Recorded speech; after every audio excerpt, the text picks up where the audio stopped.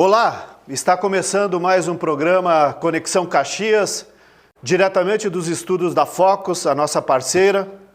Lembrando a todos vocês que estamos ao vivo pela TV Caxias, canal 14 da Claro Net, e também pelo Facebook da TV Caxias e da UAB Caxias do Sul. O programa de hoje, nós vamos tratar do movimento comunitário e seus desafios. Quem em seu bairro não tem um presidente de bairro? Que quando precisa fazer alguma reivindicação, quando precisa encaminhar alguma coisa ao poder público, não solicita. Quem é o presidente do bairro? Quem pode nos ajudar? Presidente do bairro, que é ligado a uma associação, que é ligado à União de Associações de Bairro, que tem a FRACAB, que é a federação. Enfim, todos esse aspecto do movimento comunitário nós vamos tratar hoje. E nós vamos conversar então com o Arnóbio Mulete, é o presidente da FRACAB, a Federação das Associações de Bairros do Rio Grande do Sul. Que nós vamos tratar do movimento comunitário e seus desafios, principalmente num período de pandemia, num período onde os movimentos sociais estão sendo colocados em questionamento, num período onde os nossos direitos sociais estão sendo questionados, onde a perda dos direitos sociais é muito grande, onde o desemprego é muito grande. Qual é o papel do movimento comunitário nesse momento? Claro, primeiro, Arnóbio, um bom dia a você. Bom dia, Paulo. Bom dia, comunidade de Caxias, especialmente as lideranças comunitárias de Caxias do Sul. É sempre muito importante para a gente estar participando, principalmente do programa da TV Caxias, né, que é uma TV dos comunitaristas, né, TV comunitária, TV do povo, né? Então é sempre importante que a gente esteja nesse processo e antecipadamente agradecer o espaço que está abrindo para que a gente possa se comunicar com a sociedade, com a comunidade, com as lideranças. Arnóbio, eu sei que nós vamos ter a eleição da FRACAB, né? Mas esse nós vamos falar no final do nosso debate. Primeiro eu gostaria que tu colocasse um pouco para a comunidade o que é a FRACAB, o histórico dela, para que a gente pudesse, quem está nos assistindo, entender um pouco o que significa essa federação, qual é o papel dela no movimento comunitário.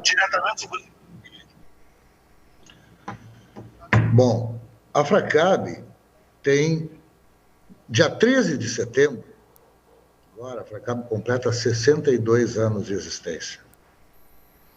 A FRACAB nasceu no dia 13 de setembro de 1959, com uma necessidade que se teve à época, né? Logicamente que eu não participei, até porque não era nem nascido, né? Mas ali houve a necessidade de organizar as entidades, especialmente em Porto Alegre, né? Então foi criada a FRACAB, que se chamava na época Federação das Associações Comunitárias e Amigos de Bairros de Porto Alegre. Logo 2 ou 3 anos após, aí houve-se a necessidade de que ela se expandisse para o Estado. E aí a FRACAB passou a ser a Federação Rio-Grandense de Associações Comunitárias e Moradores de Bairros. Criada, então, as uniões municipais, né, que hoje em Caxias do Sul é a UAB, né, a UABA, para organizar as associações de moradores da cidade e isso fazer com que o movimento crescesse, né?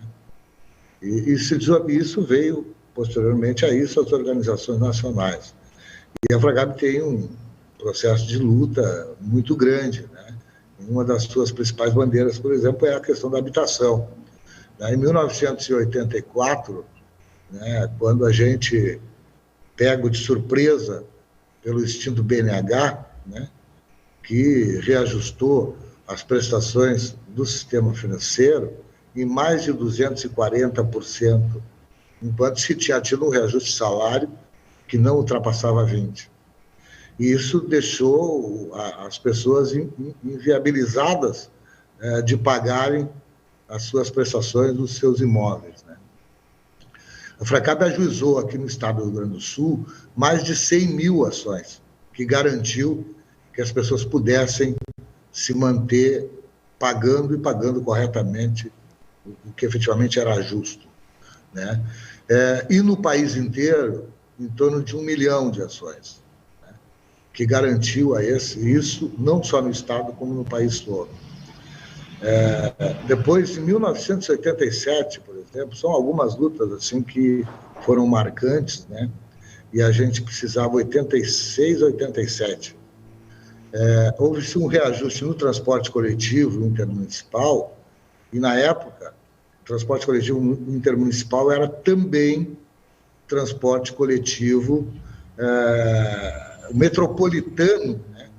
Que nós temos hoje Porto Alegre, Caxias do Sul, região da Serra, região do Litoral e a região de Pelotas, são considerados metropolitanos, né? A região de Porto Alegre, região metropolitana, eles eram todos considerados transporte intermunicipal, né? Inclusive, ele era tratado pelo DAER e não pela Metroplan, como é hoje. E houve um reajuste absurdo, né, que chegou ao momento de inviabilizar o processo. A Fracab propôs uma medida judicial, né, e conseguiu suspender o reajuste das tarifas e recalcular isso, né? E hoje, né, isso gerou para a Fracab o primeiro assento nos conselhos, né, que foi o assento no Conselho de Tráfego do DAER na época.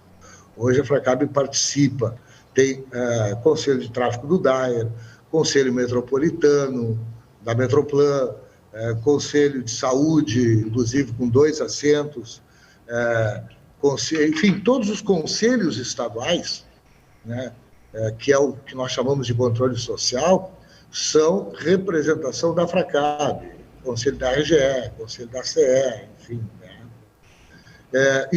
A partir disso gerou toda essa participação nos conselhos, inclusive colocado em lei, né? O único conselho que a Fracab não participa ainda e, na verdade, os usuários não são representados, o que eu considero um absurdo, é o conselho da AGERGS, né?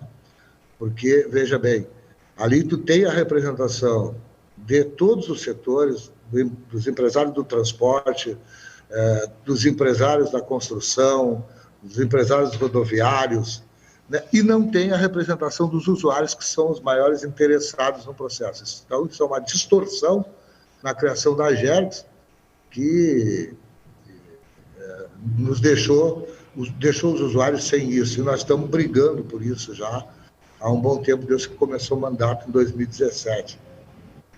A gente tem essa luta aí e eu acredito que a gente terá uma vitória nisso. A Fracab participou também da Coordenação Nacional dos Mutuários, defendendo os mutuários do sistema financeiro no Brasil inteiro, né? Gerou a ela um assento no Conselho Latino-Americano de Habitação Popular, que é sediado no Chile, né, que discute a questão da habitação popular no mundo. Então, são algumas das lutas da Fracab que foram encaradas e tiveram bastante sucesso. Arnóbio, uma questão que eu gostaria de perguntar é quantas união de bairros estão filiadas, né, e são filiadas a Fracab no Rio Grande do Sul, né, porque a maioria delas, quantas são hoje? Porque a gente tem uma noção em Caxias quantas associações filiadas ao UAB aqui, que é a do município, mas quantas UABs nós temos no Rio Grande do Sul que são filiadas à Fracab? Ou se são todas, hoje, né? Hoje nós temos... Não, a Fracab já teve um número de mais de 100 uniões filiadas. Quando nós assumimos, nós tínhamos muito poucas, né? Porque a Fracab esteve num processo de intervenção por 12 anos. Intervenção do Poder Judiciário por 12 anos. E isso nos levou a entidade, né, à estagnação por esses 12 anos. a perda da militância, a perda do patrimônio da entidade, né? O patrimônio físico, né? E, consequentemente, isso teve uma dificuldade toda no processo das entidades filiadas, né? O movimento comunitário, por outro momento, sofreu e muito com relação a isso. E não apenas no Rio Grande do Sul, mas no país inteiro, né? E isso se deu, inclusive, devido à cooptação das lideranças por parte não só dos partidos políticos, né, mas dos chefes de poder executivo e dos parlamentares, né? Porque começou-se ali a criar o aparelhamento do movimento, e isso de todos os movimentos sociais, e, logicamente, o movimento comunitário não ficou fora disso. Quando o movimento comunitário começou a se sobressair no Brasil, né, isso começou a abrir os olhos das lideranças políticas, né, que é o movimento mais heterogêneo e efetivamente plural que tu tem, é o movimento comunitário, né, que trabalha direto lá na vila com o cidadão mais comum, né, e as lideranças comunitárias são pessoas com uma inserção muito forte dentro das vilas e dos bairros das cidades. Então, isso começou a haver esse tipo de cooptação, né? Quando chega ao poder um determinado setor da sociedade, uma determinada força política ideológica, procura puxar o movimento para dentro, né, dos poderes constituídos, né, e, consequentemente, levar o movimento a ter uma estagnação, porque fica aparelhado, né, e deixa a sua independência, né, em troca de uma determinada questão. Eu sempre cito um exemplo, que não é o caso de Caxias, né, mas um exemplo de Porto Alegre, né? Porto Alegre, nós tínhamos aqui 560 e poucas entidades filiadas ao UAMPA, que era a União de Moradores de Porto Alegre, né? Com um baita trabalho que eu tive o prazer de conviver, embora não militasse na UAMPA, porque não era de Porto Alegre, mas na época do Paulo Barnieri, que foi um dos grandes presidentes que a UAMPA teve, né? Com a aplicação, por exemplo, do orçamento participativo, no meu entendimento, de forma extremamente errada, e que foi feita, não era feito por dentro das entidades, né? Não foi usado as lideranças, né? E sim fazer aquelas assembleias e tirar ali os seus delegados, e aí tu mobiliza a tua militância, né? E vai lá e coloca o teu delegado. Isso acabou fazendo o quê? O movimento comunitário de Porto Alegre não teve a mesma força que teve o movimento comunitário de Caxias do Sul, né, para garantir que brigasse e exigisse que o orçamento fosse por dentro das entidades, que eram efetivamente quem representa os moradores dos bairros e das vilas, né? E acabou tendo hoje aqui, tu vê em Porto Alegre, um movimento extremamente desgarrado, né, e tu não tem 50% das entidades atuando, né? Outro é a Pelotas, né, que sofreu esse desgaste, esse problema, e hoje, inclusive, uma das uniões mais fortes do Estado que tinha, que era a UPACAB, né, que foi o primeiro orçamento participativo efetivamente implantado, né, no Estado e no país, no governo Bernardo de Souza e Pelotas, né, e a UPACAB tinha um trabalho, como é que eu vou te dizer, extremamente forte e bem organizado, né? E hoje a UPACAB, inclusive, deixou de existir, né? Aí um determinado setor criou uma outra entidade, porque ela tinha, por exemplo, na lei, previsto em lei, né, que o município pagava a sede, 3 funcionários à época, né, enfim, né, que era, inclusive a UPACAB era dirigida pelo companheiro Carlos Frank, que saiu da presidência para assumir a presidência da FRACAB com a morte do Anflor, né, que era o presidente da FRACAB aqui, nós perdemos uma grande liderança. E aí ele veio assumir a FRACAB, né?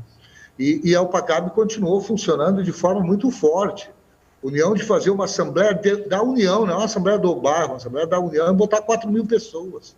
E eu participei de várias dessas, né? Hoje, criaram a UPACAF, né, que tem lá menos de 15 entidades filiadas. Então, tu tem esse desgaste, né, que não precisaria ter no movimento. Então, acho que a cooptação das lideranças, tá, sem que tu tivesse uma consciência da liderança, e acabou criando falsas lideranças, que são aquelas que entram para dentro da entidade, né, para buscar alguma posição nos poderes constituídos, tá? No momento que consegue isso, abandona. Então, isso levou um desgaste muito grande. E com a estagnação desses 12 anos que a FRACAB ficou, né, isso perdeu, as lideranças do interior, elas perderam uma referência, né, que era a federação, que a FRACAB foi e ainda é, com todos os seus problemas, a maior e mais forte federação do país, né? Isso não é eu que estou dizendo. Se conversar com o pessoal da CAMESP de São Paulo, eles vão dizer isso. Conversar com o pessoal da FAMES do Rio, da Federação do Espírito Santo, enfim, eles vão te dizer isso. Arnóbio, nós vamos a um pequeno intervalo, deixando aos nossos telespectadores que estamos ao vivo pela TV Caxias, a rede social da página do Facebook da TV e da UAB. E na volta nós vamos falar sobre a questão do projeto que tem em Caxias do Sul, que a FRACAB está trabalhando sobre a regularização fundiária. Eu quero que tu fale um pouquinho sobre esse projeto, porque nós temos aí uma lei do município que está para ser votada e provavelmente vai ser aprovada, que trabalha o REURB. Então eu gostaria que tu falasse um pouco sobre isso.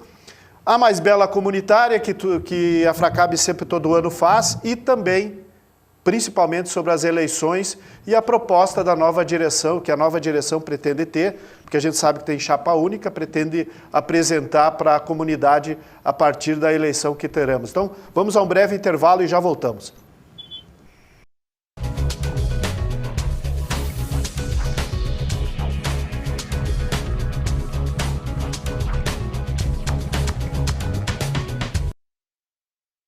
Imagine uma grade de TV com uma pluralidade cultural única, contendo a maior diversidade de ideias, unindo o norte ao sul do país. Com uma programação completa, incluindo sua cidade e sua comunidade, abrangendo todos os estados do Brasil. Imaginou? Somos a Com Brasil, a maior TV da sua comunidade.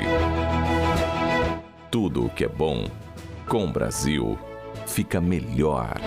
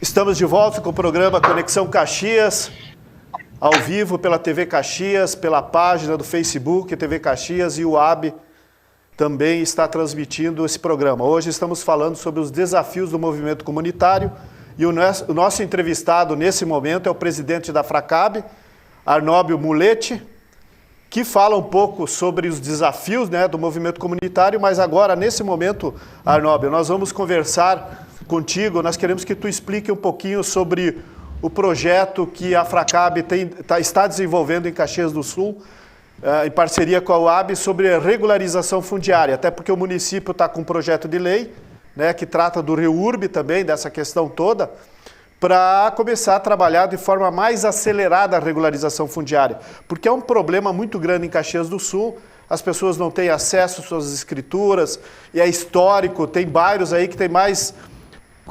antes da própria quase cidade e não tem ainda a sua titularidade, enfim.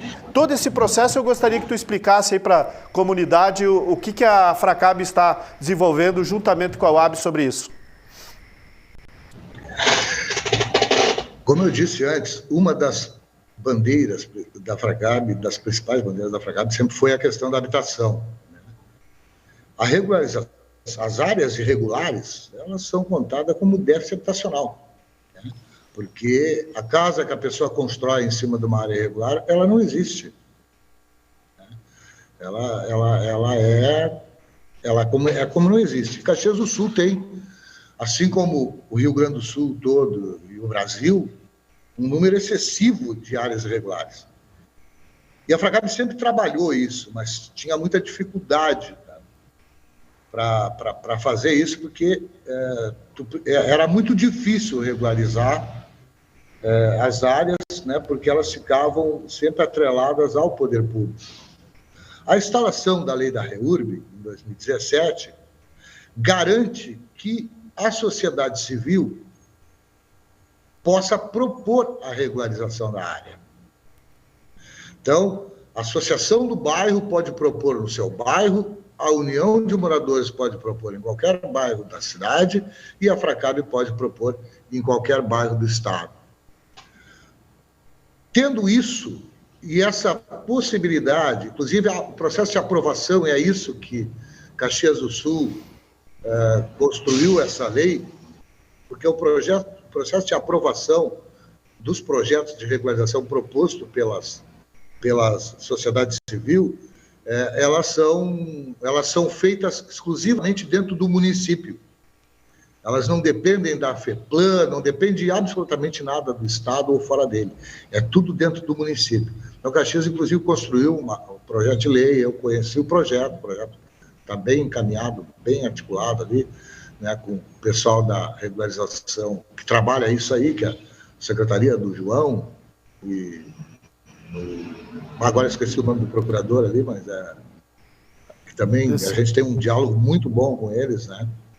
E a Fracab, inclusive, já está fazendo, o bairro Brandalize aí, por exemplo, já está na prefeitura para começar o processo de aprovação. Então, a criação da lei da REURB garantiu que se fizesse isso e viabilizou uma série de questões, né, que antes não tinha como fazer, né? Nós tínhamos aí em Caxias, por exemplo, acho que há 30 anos, o processo de regularização do bairro Aeroporto tramitando. É uma coisa absurda isso, né? Tu consegue fazer isso hoje em torno de um ano e meio. Tu consegue fazer a regularização do projeto do bairro encaminhado pela sociedade civil. Logicamente que a Fracab, em parceria com as uniões e as associações dos bairros, né, das cidades, está hoje em vários municípios, inclusive Caxias do Sul, com a UAB, né, encaminhamos o Brandalize, que já está na secretaria, né? Como é que funciona isso, né? Nós vamos lá no bairro, o pessoal nosso, nós temos uma empresa parceira que é contratada da Fracab, especializada em regularização fundiária, né, que faz isso. As pessoas pagam um valor que é feito, a gente chama que é um valor, a gente faz um trabalho um valor comunitário, né? Ou seja, a empresa vai lá, faz uma análise da área, o número de lotes, enfim, aí ela vê o valor que tu teria para fazer todos os projetos, porque precisa fazer todos os projetos que não tem. Exemplo, projeto urbanístico, projeto ambiental, se não tiver rua, tem que fazer o projeto das ruas, se não tiver luz, tem que fazer o projeto da luz, se não tiver água, tem que fazer o projeto da água, né? Então, faz todos os projetos, né? A regularização não é fazer uma topografia, como uns imaginam. topografia é um dos pontos que precisa ser feito, né? Então, os profissionais da ATL, que é a empresa parceira nossa, vão lá, fazem tudo, a gente faz assembleia com os moradores, a gente explica para eles como funciona, como não funciona, o que daria, os valores que cobrariam, que são sempre valores bem acessíveis, né, e que as pessoas podem pagar, né, e para poder fazer a titulação. Bom, nós damos uma média de 10 meses para fazer o projeto, a partir do momento em que os moradores concordaram em fazer, né? Nós, pronto o projeto, encaminha para a prefeitura, que tem, pela lei da REURB, 180 dias para aprovar o projeto, né? E depois, a prefeitura encaminha para o cartório para fazer o registro, que é até...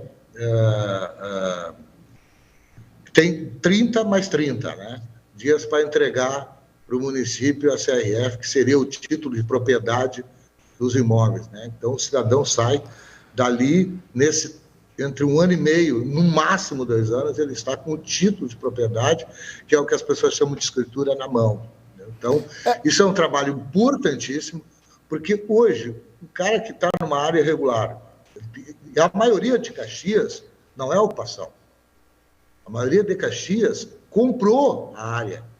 E os loteadores não regularizaram. Não desmembraram matrícula, não fizeram absolutamente nada. Então, o cara sai dali com a matrículazinha dele.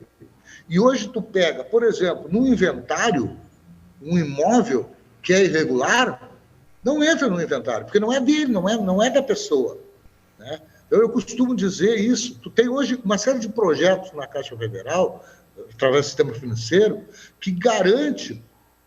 A pessoa quer fazer, por exemplo, uma reforma no quarto do filho, e ele precisa de 15 mil, ele não tem esse dinheiro. Ele não tem. Mas ele poderia pagar uma prestaçãozinha lá de R$100, R$80 todo mês. Então, se ele tiver o título de propriedade do terreno dele, ele vai na Caixa e a Caixa libera esse valor para ele pagar lá em 15 anos. Né? Então, isso é olha, não tem preço tu garantir o título de propriedade do teu imóvel. E a Fracap está fazendo isso com muita força. Em todo o estado, hoje nós estamos em Alegrete, Gravataí, Canoas, Caxias, né? São vários, Pinhal, né? São vários municípios que a gente está e estamos encaminhando em outros, né?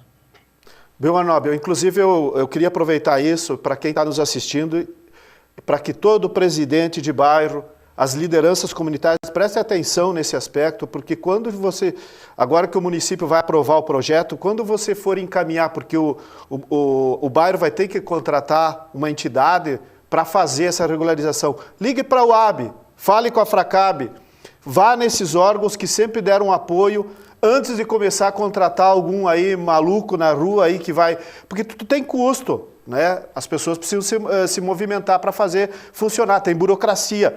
Só que essa burocracia, ela também pode ser reduzida, os custos, que nem o Anóbio estava falando, tem os custos não são muito altos, e é importante, porque daqui a pouco tu está achando que está contratando alguém para fazer esse teu trabalho, importantíssimo, necessário, só que daqui a pouco tu também está botando a mão no bolso do cidadão do teu bairro, né, do teu vizinho, e ao mesmo tempo porque tu não pesquisou. Então ligue para a UAB, converse com o presidente da UAB, o Valdir Walter, converse com, né, tu que é presidente do bairro, porque é você que vai encaminhar esse processo, converse com a Fracab, para que tu tenha o conhecimento e saiba o que é melhor ser encaminhado para que tu possa regularizar essa questão que é muito importante. Imagina, nós temos bairros com mais de 60 anos que estão irregulares ainda. Então isso é preocupante, mas um caminho está sendo dado. Então vamos aproveitar melhor. É claro que nós vamos aproveitar, né, Anóbio? Vamos ter outro momento para conversar um pouco mais sobre isso, porque agora com a aprovação do projeto vai afunilar um pouco mais, vai ter mais... As dúvidas existem normalmente no processo, mas agora nós vamos falar sobre as eleições. A gente falou que era 15 minutos de entrevista, passamos para 30 e o tempo já está chegando no final. Então eu gostaria que você falasse sobre as eleições da Fracab, desse aí os principais tópicos, aí os pontos de luta né, dessa eleição e quando vai ser, porque ao mesmo tempo que você vai estar falando, o pessoal vai passar aí, vai botar a imagem da chapa, a composição da chapa que vai concorrer aí a essa eleição que vai ser no dia 28 próximo aí. Pois bem, nós tivemos um mandato assim um pouco difícil, né? Em 2017, tão logo a gente assumiu, eu particularmente tive um problema de saúde grave que me deixou um ano fazendo tratamento médico, né? Isso nos criou assim uma série de dificuldades. Passado isso, né, a gente entrou num processo de pandemia, né, que isso dificultou a vida de todo mundo, né? Mas mesmo assim a gente conseguiu trabalhar bastante, né, e quadruplicar o número de uniões de moradores filiadas desde que nós recebemos a federação em 2017. Então, um dos principais pontos que a gente precisa e a gente pretende fazer é a busca das uniões que ainda não estão, que ainda não retornaram. Constituir são cursos, né, de formação de lideranças, né, para dar a eles mais estrutura, mais argumento, mais forma de trabalhar o seu bairro com as dificuldades que tem e com as dificuldades que nós enfrentamos. O Movimento Comunitário de Caxias do Sul teve mais uma prova, né, que foi esse governo passado, né, e sobreviveu a ele com muita luta, com muita garra e com o apoio de uma grande maioria da população da sociedade caxiense. Então, isso é importante, né, é fantástico, e isso é um trabalho que a gente vai precisar, a partir daí, né, e eu acho que até tomar como exemplo, né, o trabalho desenvolvido em Caxias do Sul, né, para que a gente possa mostrar para o resto do Estado. Então, inclusive, nosso congresso, que a pandemia inviabilizou de fazer, nós pretendemos fazer e continua que ele seja em Caxias do Sul. Por que em Caxias do Sul?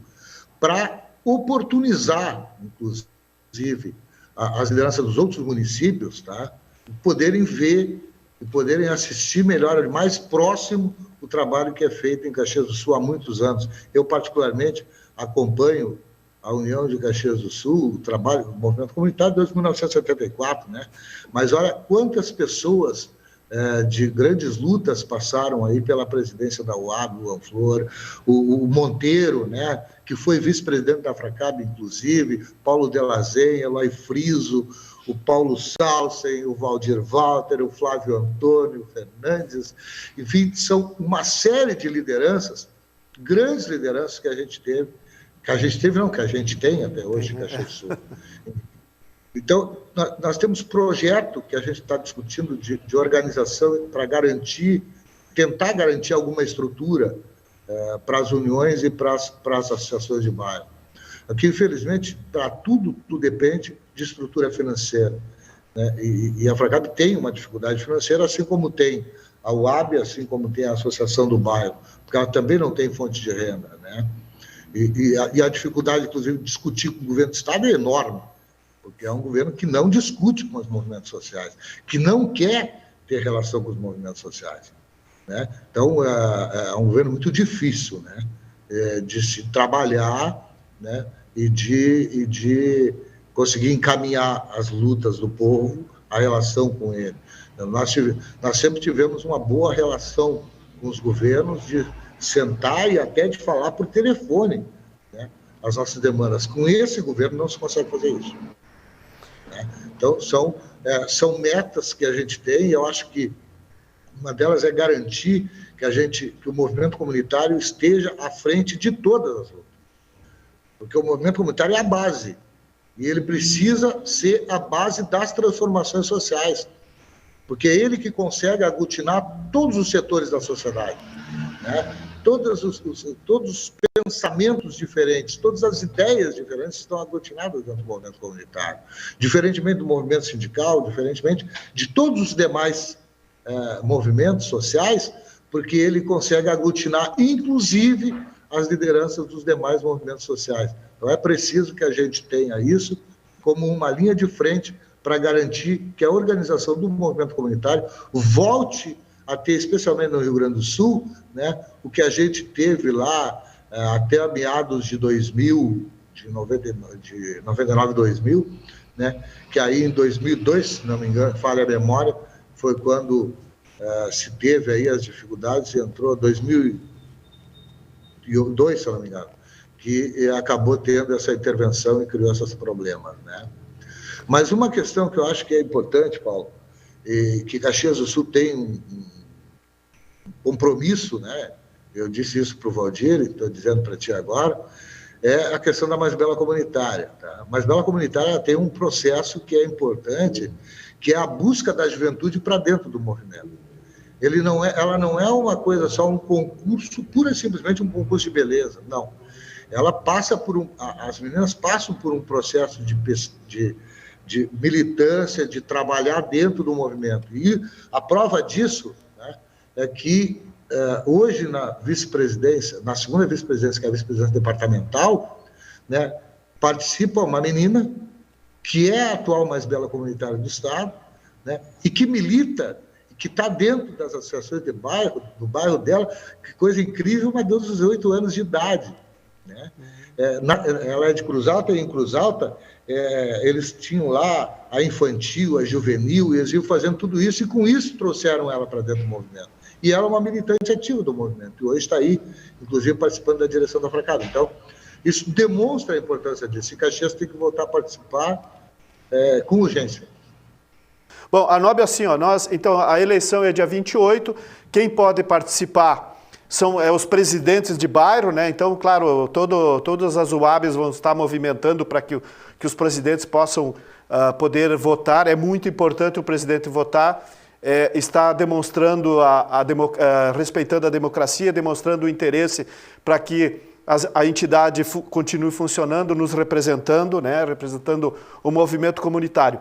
Eu vou encerrar, Nobel, eu sei que nós poderíamos ficar conversando aqui um bom tempo, mas eu quero agradecer a tua presença, agradecer a disponibilidade, vamos ter outros momentos aí para a gente continuar conversando, temos outros temas, né, que tem relevância importante, essa do pedágio foi um momento aí que a Fracab também se posicionou sobre esse momento pontual agora aí que está nos afetando. Agradecemos a tua presença. Nós vamos um pequeno intervalo e voltamos logo em seguida com o programa Conexão Caxias.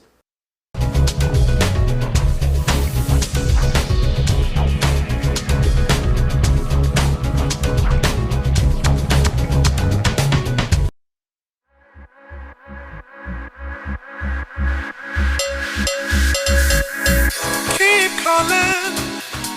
Got me the word to say.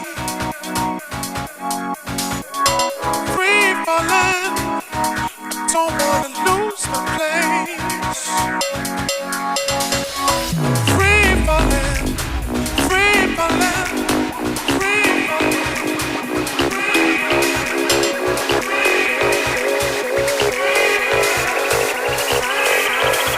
Got me the word to say.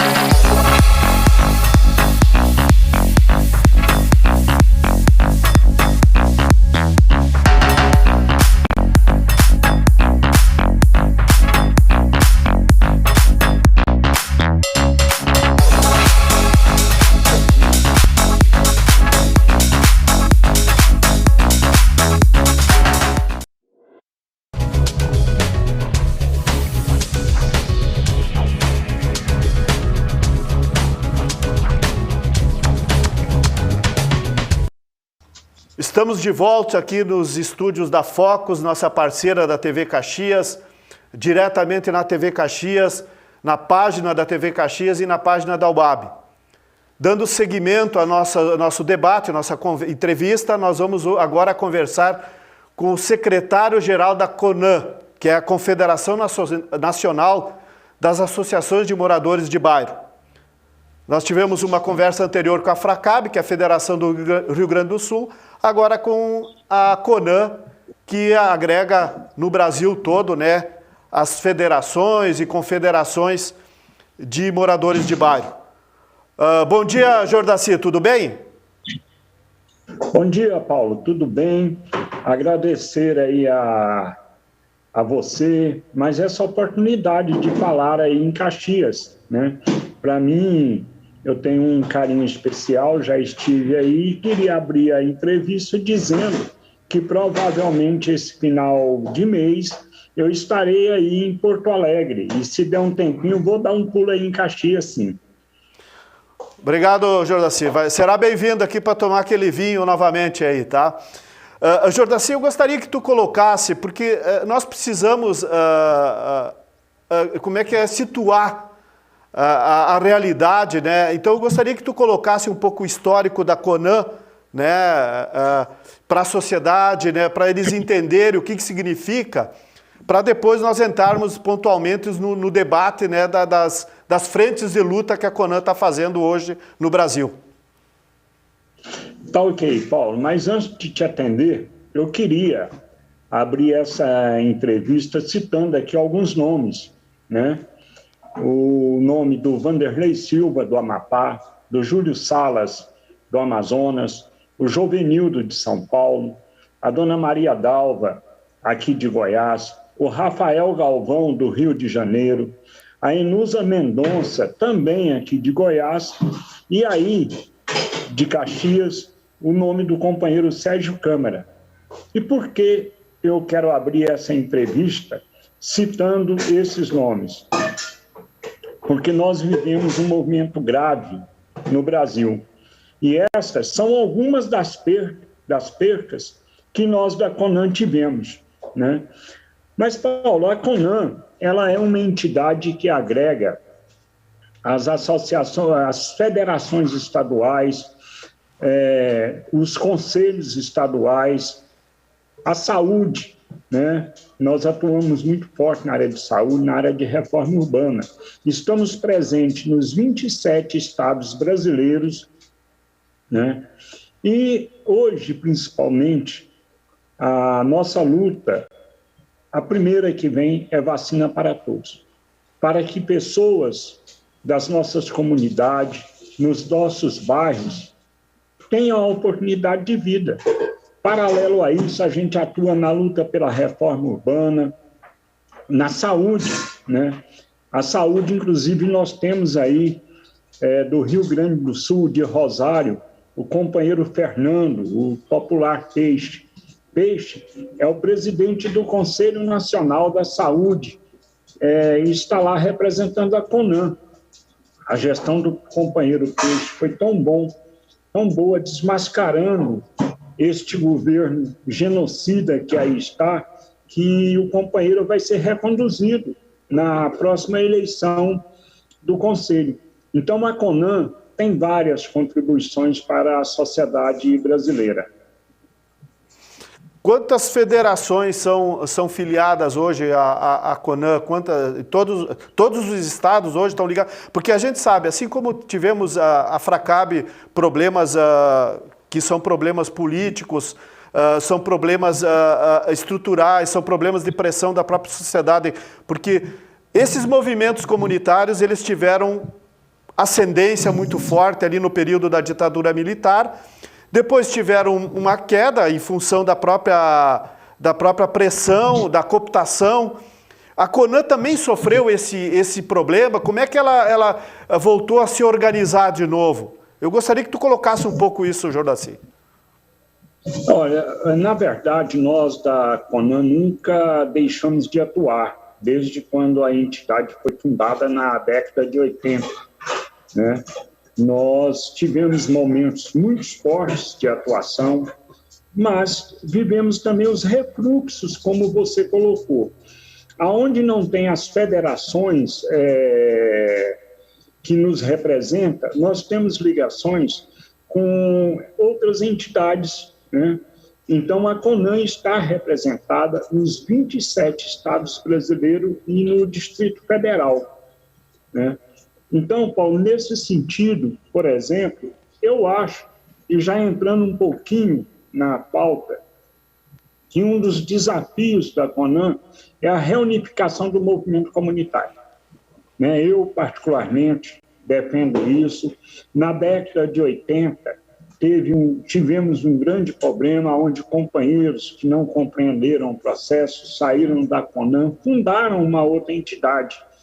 Eu, como secretário-geral da CONAN, sempre defendi na nossa diretoria que é hora de reunificar, né? E reunificar onde? Nós queremos reunificar nas pautas, na luta do nosso povo. E além da cooptação, Paulo, nós temos um grande problema hoje que eu venho analisando ele há muito tempo. Algumas redes de transmissões de TVs no Brasil, aqui no meu estado isso é muito forte, por exemplo, substituíram a liderança comunitária. Hoje, quando quer se fazer uma denúncia num bairro, a população liga lá e a televisão desloca para lá uma equipe, filma a população e vai no prefeito. Antigamente, como que a gente fazia? Nós, que eram as lideranças comunitárias, íamos lá no bairro, fazíamos o abaixo-assinado, mobilizávamos o povo, levávamos para o prefeito e conquistávamos esse direito. A televisão, algumas redes de televisão, fizeram isso no nosso lugar. Isso, na minha avaliação, é das questões do refluxo do movimento social, tirando o que o companheiro aí da Placab, o Arnaldo, abordou, a cooptação de lideranças, né, por parlamentares, não só parlamentares, mas pelo executivo. E aí o que fez? Criou-se as falsas lideranças. Eu chamo as lideranças de pastinha, né? O cidadão vai ali, funda uma associação, vira o presidente e acabou. E ninguém tira aquela presidência dele, né? A associação, ela se tornou, na verdade, uma empresa dele, né? E como a gente tem que superar isso? Eu acho que a gente supera isso na luta do dia a dia, na luta pela vacina. Hoje, como eu já falei aqui, é de fundamental importância para o nosso povo. É na luta contra este governo genocida que está aí. Isso unifica o nosso povo. Olha a nossa situação. Gasolina, já quantos por cento aqui em Goiás? A R$ 7,00 o litro.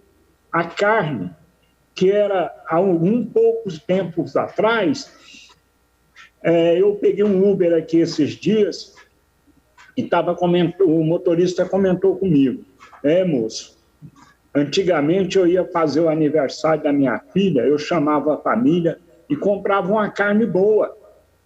Eu comprava lá um contrafilé, comprava até uma picanha e fazia o aniversário da minha filha. Hoje eu não tenho mais condições de fazer isso. E o gás? Aumentou-se muito em São Paulo, Paulo, as pessoas queimadas, porque não tem dinheiro para comprar gás e vai cozinhar com álcool, né? Em São Paulo, hoje, por exemplo, várias famílias que não têm... Eu cito São Paulo porque ali é um grande centro, mas certamente isso está ocorrendo no Brasil inteiro. As pessoas não têm condições de pagar aluguel, estão indo morar nas ruas, nas barracas. Então, eu penso que o movimento comunitário tem que saber interpretar o que está ocorrendo no Brasil e transformar isso tudo que eu estou falando na linguagem do nosso povo, né? Fazer o povo entender que o gás está subindo, que a gasolina está subindo, é uma política desse governo. Está aí querendo privatizar, já privatizou a Eletrobras, está aí brigando para privatizar o Correio. Essas coisas são patrimônios nossos. E aí eu acho que nós, do movimento comunitário, temos que interpretar isso e trazer à luz da realidade do nosso povo. Jordaci, nós vamos fazer um pequeno intervalo e aí, no outro momento, eu gostaria que quando nós voltarmos, que nós falássemos um pouco quais são as principais pautas de luta da CONAN, se tem alguma previsão de congresso, alguma coisa para começar. Claro, a pandemia hoje limita, mas começar a ter alguma ação mais, como é que se diz, organizada, né, vindo de cima, né, da CONAN, pegando as outras entidades até chegar ao movimento de base, que é o movimento comunitário. Também uma posição que nós queremos discutir um pouco sobre o saneamento, né, que houve essa nova lei do marco regulatório de saneamento, que também vai obrigar muitos setores a privatizar o saneamento. Rio Grande do Sul é com a Corsã aqui, a gente tratar um pouco dessas questões de privatização. Nós vamos a um pequeno intervalo e já voltamos aí, continuando conversando com o Jordaci Matos, que é o secretário-geral da CONAN.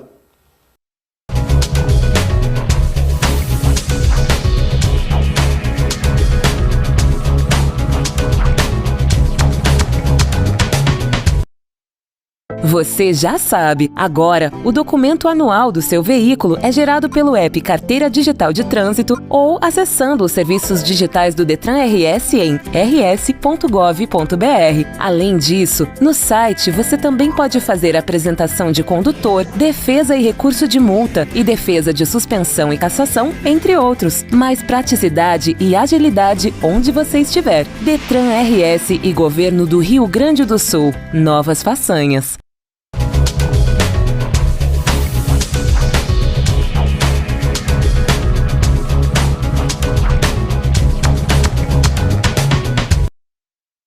Olá, estamos de volta aqui nos estúdios da Focus, nossa parceira da TV Caxias. Lembrando que estamos ao vivo pela TV Caxias, pela nossa Facebook, né? E também pela página da UAB, falando um pouco sobre o desafio do movimento comunitário. Nós estamos agora conversando com o Jordaci Matos, que é o secretário-geral da CONAN. No momento anterior falamos com a FRACAB, que é a Federação do Rio Grande do Sul das Associações de Bairro, e agora então a nível do Brasil com o Jordaci.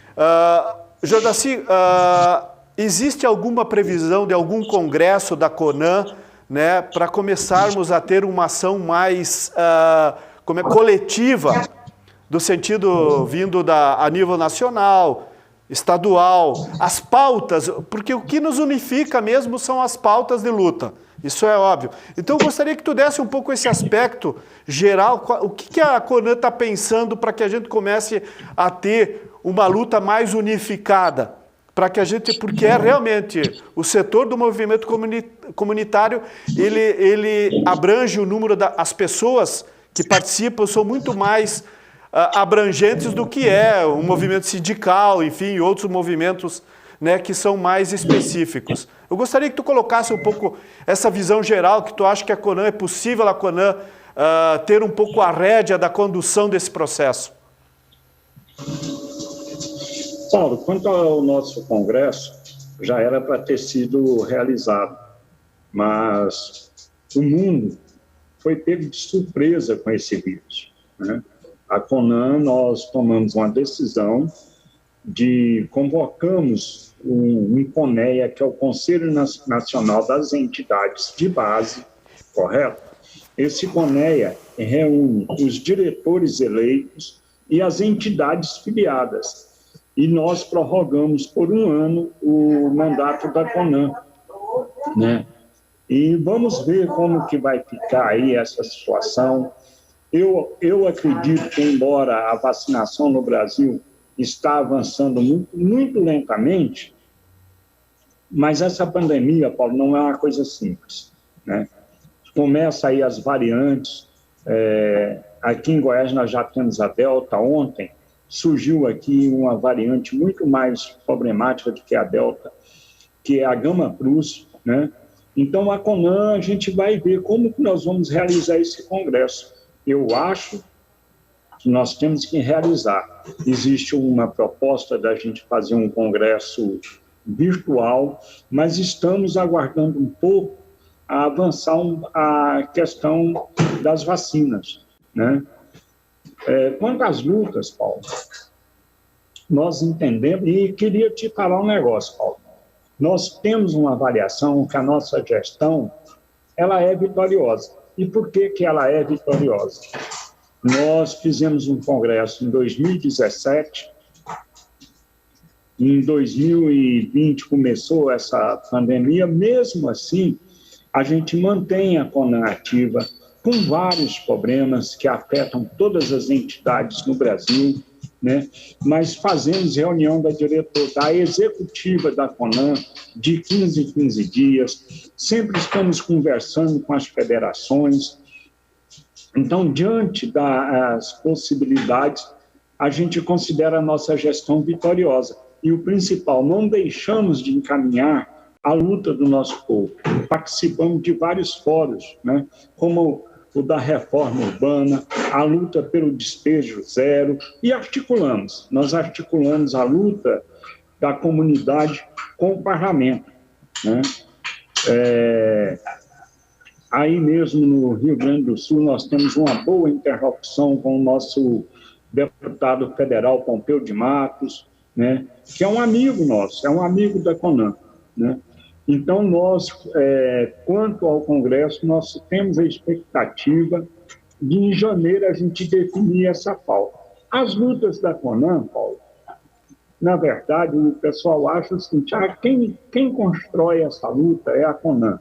Quem constrói essa luta é os movimentos de base, na minha opinião, e a gente interpreta. E como eu falei, né, aqui, o que toca o nosso povo hoje? A primeira coisa é a luta pela vida. Viver, viver e viver.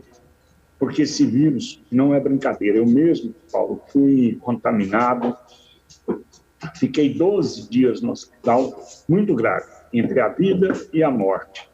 Então, eu sei o que é esse vírus, né? Nossa, hoje, da Conan, é a saúde, né? Este é o rumo. Agora, nós, como eu falei aqui já também, nós temos que lutar contra a carestia. Isso afeta o povo trabalhador. E, de fundo, o principal, veja que todas as vezes eu cito aqui e falo que é o principal, mas nós temos a bandeira política. E a principal bandeira política nossa é fora Bolsonaro. É fora este governo que não nos representa. É um governo que massacra o nosso povo. E com isso, nós da Conan temos lado. Nós temos o lado do povo trabalhador, nós temos o lado dos homens e mulheres desse país, né? Então, nós não vamos abrir mão de contribuir com a unidade da esquerda. É outra bandeira que a gente defende. O ideal era que a esquerda saísse unida já no primeiro turno. Pelos rumos que vão tomando, eu acho difícil ter a unidade no primeiro turno, que para mim era o ideal. Mas se não tem no primeiro turno, no segundo turno, o país vai dividir. É aqueles que estão ao lado desse fascista e o resto. E o resto que eu falo é os trabalhadores, são os empresários, é o agronegócio, que é contra setores do agronegócio, é a indústria.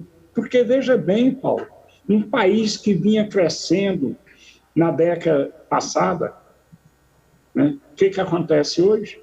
As fábricas, não tem mais carro no Brasil, porque as fábricas estão indo embora. O desemprego assola este país hoje. Esses dias mesmo, eu estava vendo uma reportagem, não sei se você viu, onde um professor, aliás, eu acho que era jornalista, sou formado, sou graduado, tenho mestrado, estou desempregado, me ajude. Jordacê? Aonde? Alô, Jordacê? Eu até gostaria que a gente tivesse mais tempo, nós vamos ter mais tempo num outro momento. Eu gostaria que tu deixasse aí uma mensagem final, agradecendo então a presença do secretário-geral da Conan.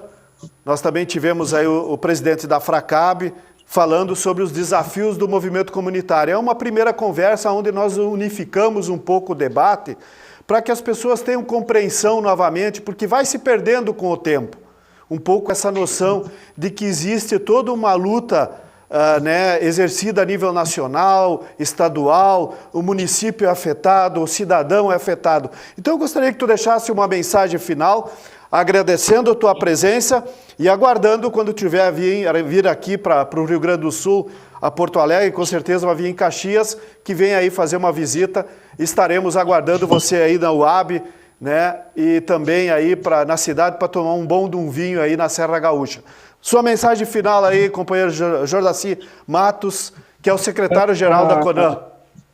A minha mensagem final, não deu tempo da gente colocar aqui, é contra as privatizações das águas. A água é um bem da humanidade, não vou entrar aqui no debate, só quero deixar aqui clara a nossa posição da CONAN. Agradecer a você, Paulo, tá? Que sempre me recebeu muito bem aí, me recebendo bem, recebe a CONAN, né? E eu espero eu estou essa semana definindo a minha agenda aí, eu devo ficar 1 ou 2 dias em Porto Alegre e vou fazer questão de ir a Caxias, cumprimentar aqui um amigo de Caxias também, o companheiro Jason, que acabou de perder o pai, né? Meus sentimentos a eles. Estamos firmes aqui na luta, fora Bolsonaro, viva a vida. Muito obrigado. Nós agradecemos quem está nos assistindo. Um ótimo dia a todos e até a próxima semana.